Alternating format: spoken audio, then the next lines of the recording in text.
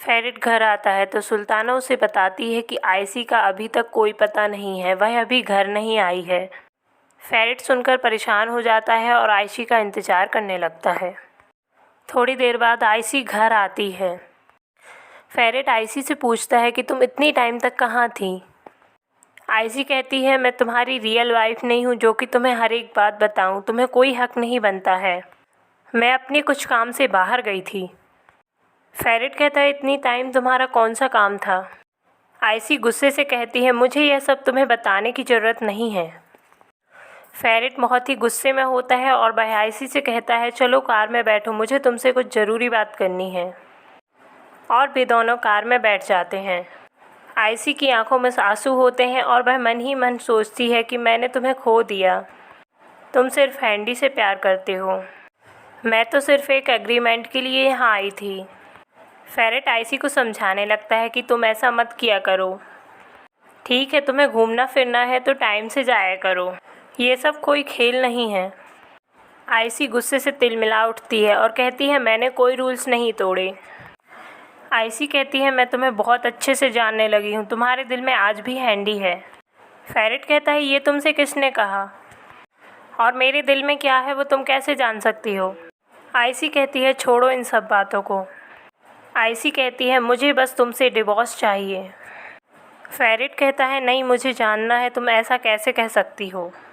आयशी गुस्से से भर जाती है और फेरिट को चिल्लाने लगती है कि क्या मैं तुम्हें बिल्कुल बेवकूफ़ लगती हूँ। फेरिट आयशी को समझाने लगता है कि वह इंसान मेरी लाइफ में सिर्फ दुख लेकर आया था, अब उसका मेरी लाइफ में कोई जगह नहीं है। वह उससे कहता है, तुम मेरी लाइफ में बहुत इम्पोर्टेंट हो, हम दोनों ने एक दूसरे को अपना वर्ल्ड माना है।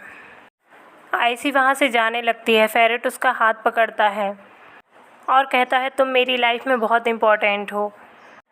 आयशी कहती है, तुम यहाँ से चले जाओ और मुझे ये सब बातें जानने में कोई इंटरेस्ट नहीं है और बस मुझे तुमसे डिवोर्स चाहिए।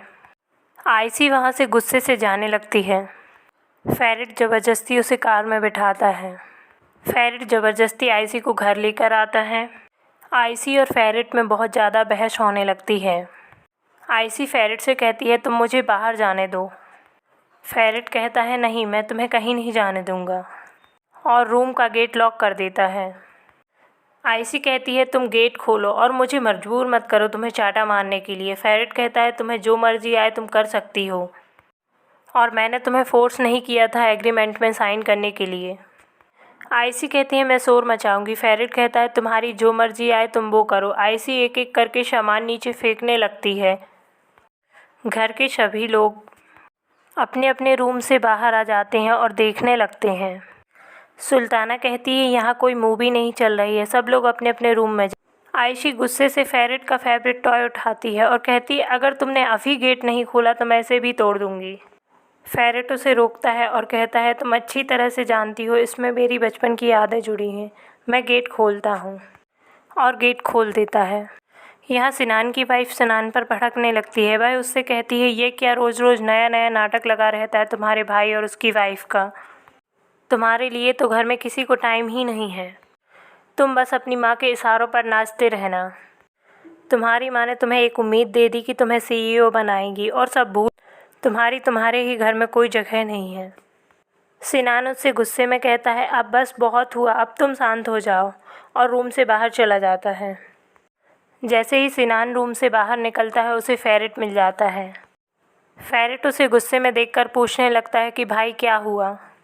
सिनान उसकी तरफ गुस्से से देखता है और कहता है, तुम मुझे अपना भाई मत कहा करो, आज तुम्हारी ही वजह से मेरे परिवार में कोई वैल्यू नहीं है। मैं तुम्हारा कोई नहीं हूँ, तुम्हारे लिए तुम्हारा दोस्त यमन ही सब कुछ है। तुम्हारी वजह से मेरी CEO की पोस्ट गई, और अब मुझे अपने परिवार के सामने बेइज्जती सहन करनी पड़ रही है। मेरी वाइफ और बेटी के सामने कोई इज्जत नहीं है। फेरिट कहता है, नहीं भाई, ऐसा नहीं है, आप मेरी बात तो सुनिए। सिनान को और तेज़ गुस्सा आ जाता है। वह उससे बोलता है कि अब दोबारा तुम मुझे भाई मत कहना। बचपन से मेरी माँ ने मुझे अपने इशारों पर नचाया, और अब तुम लोग मुझे नचा रहे हो। इन दोनों की आवाज़ सुनकर सुल्ताना वहाँ आ जाती है। सुल्ताना सिनान को आवाज़ लगाने लगती है और वह वहाँ से चला जाता है। फेरिट कहता है, यह सब आपकी वजह से ही हुआ है मॉम। आप ही मेरे भाई के छोटे बड़े डिसीजंस लेते आई हैं जिससे वह परेशान हो गया है। सुल्ताना कहती है, मैंने बचपन से तुम दोनों को पाला है, तुम मेरे ममत्व पर सवाल उठा रहे हो। मैं बस तुम दोनों का अच्छा चाहती हूँ, इसलिए रोक टोक करती रहती हूँ। फेरिट कहता है, आपकी रोक टोक की वजह से आपने भाई की ज़िंदगी ख़राब कर दी। आपके हर एक गलत फैसले को भाई को भुगतना पड़ रहा है। यहाँ हैंडी अपनी माँ को कॉल करती है और उनसे कहती है कि आज मैं घर नहीं आ पाऊँगी, आज मुझे बहुत काम है, इसलिए मैं होटल में ही रुक जाऊँ। यहाँ बाहा खुद को चाकू मार लेता है जिससे उसकी हालत बहुत ही गंभीर हो जाती है और उसे हॉस्पिटल में एडमिट किया जाता है। आगे की कहानी देखने के लिए प्लीज़ मेरे चैनल को सब्सक्राइब कीजिए।